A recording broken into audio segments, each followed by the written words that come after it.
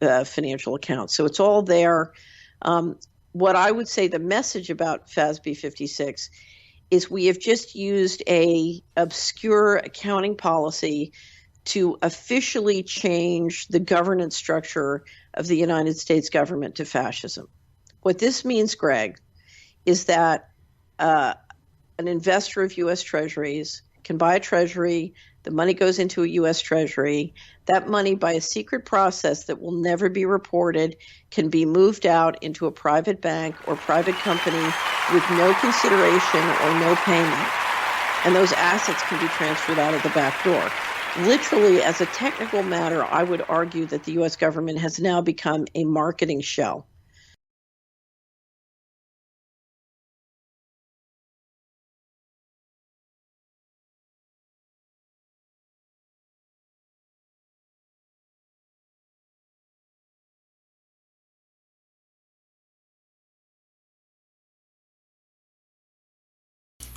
All right, ladies and gentlemen, you're about to basically take a listen to some information that you probably never heard before.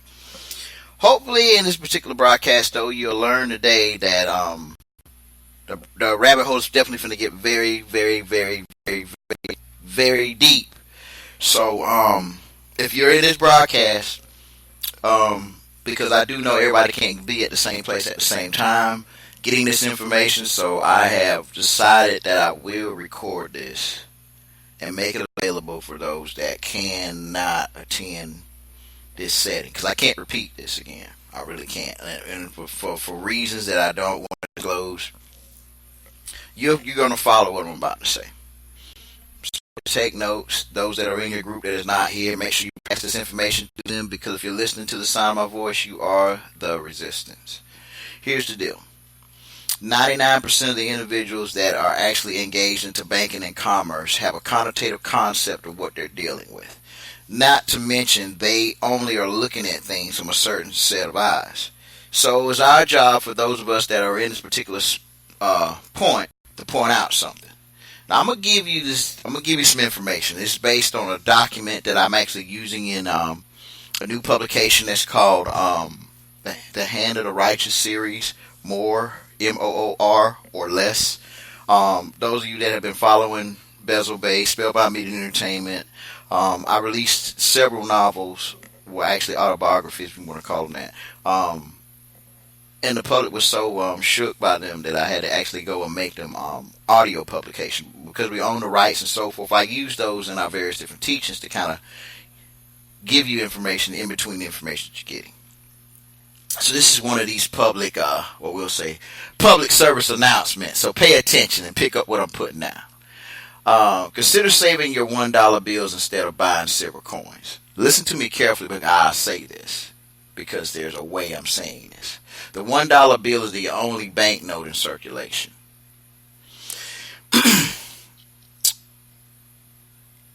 To protect the innocent, I'm going to leave out certain things. I was listening to Talk Shoe Radio the other night with David Clarence and Gene Keaton. David is a biblical trust law scholar, really sharp, very well versed in both. And at some point in the recording, he started talking to someone that called in and said, I don't know why everyone's running out and buying up all this silver. All they need to do is start converting their larger bills to ones. Now, family, when I break this down to you, those of you that are in the banking in the box, pick up what I'm putting down. Those of you that are doing your accounting processes, pick up what I'm putting down. Those of you that have no clue on what we're talking about, listen, because if you listen long enough, you'll learn something. He goes on to explain that in the scriptures it says, he who has the most will obtain the least, and he who has the least will obtain the most. So when they bring in the new money, the man standing at the Federal Reserve window to trade in his worthless currency that holds fives, ones, 20s, 50s, $100 bills will walk away from that window with the least. The man who has a handful of $1 bills will leave that window with the most. Those $1 bills will be worth much more than the 5s, 10s, 20s, $50s, and $100 bills. Why is this? Because the dollar, whether it be silver dollars or $1 bills, is the only lawful currency of the United States. Capital U, lowercase n. The Constitution tells Congress that they have the authority to regulate the weight and measures, the value. They haven't changed the $1 bill in forever, but they keep changing the other denominations. Have you ever noticed that? $100 bill is actually 1/100th of a dollar, and a $10 bill is only 1/10 of a dollar. It is an illusion. The $1 is different than the $5, $10, $20, $50, or the $100. If you look at the seal on the front of the $1, you will notice it says around the seal, Federal Reserve Bank, or of, and insert the city and state. You put that there. It is because it is a banknote. Now look at the $20. You'll notice it only says United, capital U, capital N, United States Federal Reserve System, because it is not a banknote. Two totally different things. The $1 bill is worth something, and the other United States Federal Reserve System non-banknotes are not. The Federal Reserve debt is based on how many dollars are in circulation. They must have so many dollars in circulation to issue 5, 10s, 20s, 50s, and $100. There is no bill otherwhere worth more money than the $1 bill. So don't worry about buying silver or gold if you can't afford it. I'm going to repeat that. Those that are in the banking in the box, I'm trying to give you something that if you pick up what I'm putting down and all that we've been discussing, tomorrow is going to be a grand day. So don't worry about buying silver or gold if you can't afford it. Just start converting your larger bills to $1 bills. Everything we hear about the currency is the US dollar. You never hear the US $20 or the US $100. That's because everything is based around the $1 bill. It's the only true currency. Just to prove to you how much purchasing power a $1 has, trustees, notaries, and agents, I'm going to repeat this, just to prove how much purchasing power the one capital U, capital S dollar has, as in $1 bill. You can go to any bank anywhere, and if they have a silver dollar in their drawer at the window, you can exchange your $1 bill for the silver eagle dollar. I've done this before using the $2 bills. Now I want you to understand, this was actually in 2010. Hint, hint, trustees, notaries, and agents. What are you saying, Bazell? I got people that's on one side, it's like, wow, I didn't know that. Then I got other people that's like, wait a minute, what are you really saying? Those of you that actually were in the actual class, we had one trustee that actually verified what the paper to silver ratio is. So surely you could pick up what I'm putting down. This is a fatal flaw in accounting that I don't stress enough because I can't keep giving in the public what we're doing privately.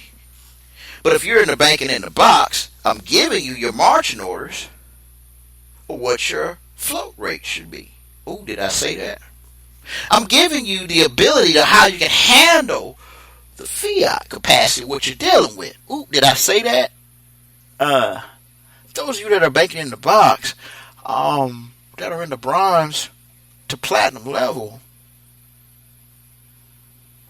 can be the balancer, the sifter, the converter of those Federal Reserve notes becoming lawful, legal money.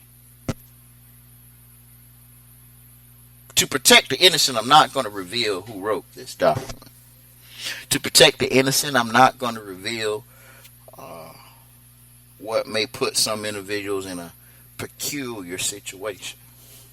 What I will reveal to all trustees, notaries, and agents is that if you understand that as of today, if you acquire, and those of you, let's recap, those of you that I've spoken to as of Thursday and Friday who expressed their need to move into portable land will be given a link in order for you to secure your portable land. And once you secure that portable land with this link, then you will be able to do the various different things I'm about to say on top of the accounting ledger that you have. But I want you to follow intuitively.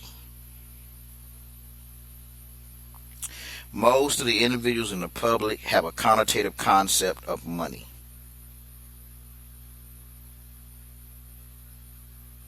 You're only demonstrating 1% of the true value that's really there. The other 99% of it, you have to substantiate.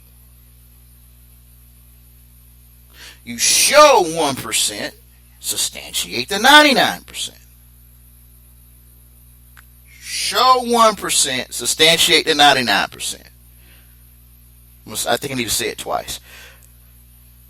Show 1% on your books, substantiate the others through your other books. One more time.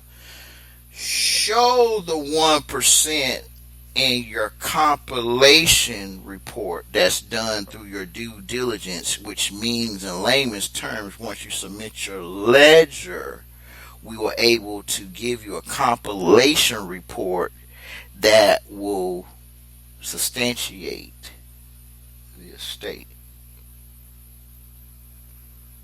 I'll keep reading. The $100 bill is actually 1/100th of a dollar, and the $10 bill is actually 1/10th of a dollar. It is an illusion. The $1 is different from the 5, 10, 20, 50, or 100. If you look at the seal on the front of the dollar, you'll notice it says around the seal, Federal Reserve of, the Federal Reserve Bank of. It is because it's a banknote. Now look at the $20, and you'll notice it only says United States Federal Reserve System, because it's not a banknote. Two totally different things. The $1 bill is worth something, and the other United States Federal Reserve System, non-bank notes, are not. The Federal Reserve debt is based on how many dollars are not in circulation. They must have so many dollars in circulation to issue 5, 10s, 15s, 20s, 10s, 20s, 50s, and 100s. Remember, there is no bills anywhere worth more money than the $1 bill. So don't worry about buying silver or gold if you can't afford it. Notice, if you can't afford it. But if you can afford it, what did I just say? I'll keep reading. Everything we hear about the currency, the US, the capital US dollar, you never hear about the US $20 or the US $100. That's because everything is based around the $1 bill. It's the only true currency. Let's pick up what I put down. If you have 1 troy ounce of silver, an American Eagle, the paper to silver ratio is a little over $900. Whoa. So I could technically contract to acquire